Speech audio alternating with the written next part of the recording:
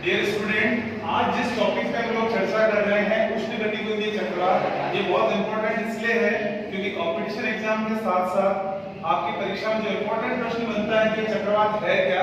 सबसे पहली चीज, उष्णकटिबंधीय चक्रवात उष्णकटिबंधीय क्षेत्र में आते हैं, यानी 0 डिग्री से 23 डिग्री उत्तर और 23 डिग्री दक्षिणी अक्षांशों के मध्य आने वाला चक्रवात उष्णकटिबंधीय चक्रवात कहलाता है।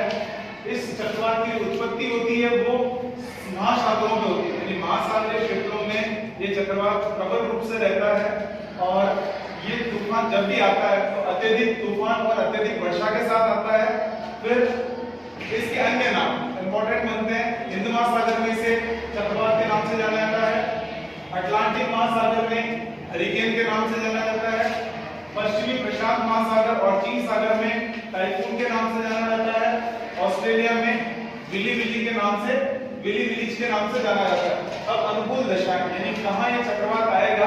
पहला, बृहद समुद्री सतह, एक लंबा क्षेत्र हो जो समुद्र से घिरा हुआ तब आएगा। दूसरा, तापमान 27 डिग्री सेंटीग्रेड से अधिक हो। उष्णकटिबंध मतलब तापमान का अधिक होना जरूरी है।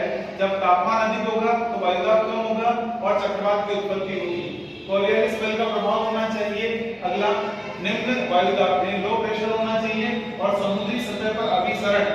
फिर उसके बाद में वह स्थान इंपॉर्टेंट बनता है कि चक्रवात का लैंड हाफ क्या है। लैंड हाफ मतलब वह स्थान जहां से उष्णकटिबंधीय चक्रवात तट को पार करके जमीन पर पहुंचता है, यानी समुद्र से चक्रवात जैसे जमीन पे पहुंचेगा, जैसे प्लेन हवा से जमीन पे उतरता है उसको लैंड करना कहलाता है, वैसे ही चक्रवात समुद्र पहुंचता है उसे चक्रवात का लैंड हाफ कहते हैं।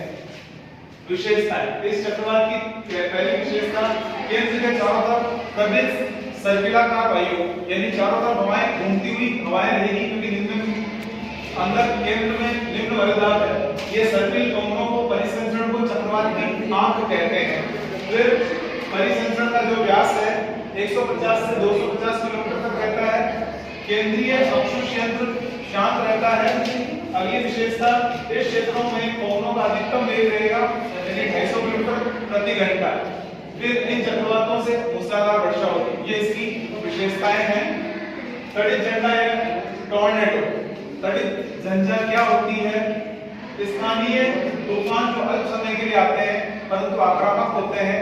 इनकी विशेषता, तड़ित झंझा एक पूर्ण विकसित आभासी मेघ है जो गरज और बिजली के साथ वर्षा करते हैं, यानी चक्रवात ऐसे जिसके साथ गर्जना के साथ बिजली चमकेगी, इसलिए इसको तड़ित झंझा कहते हैं और बारिश वर्षा होती है।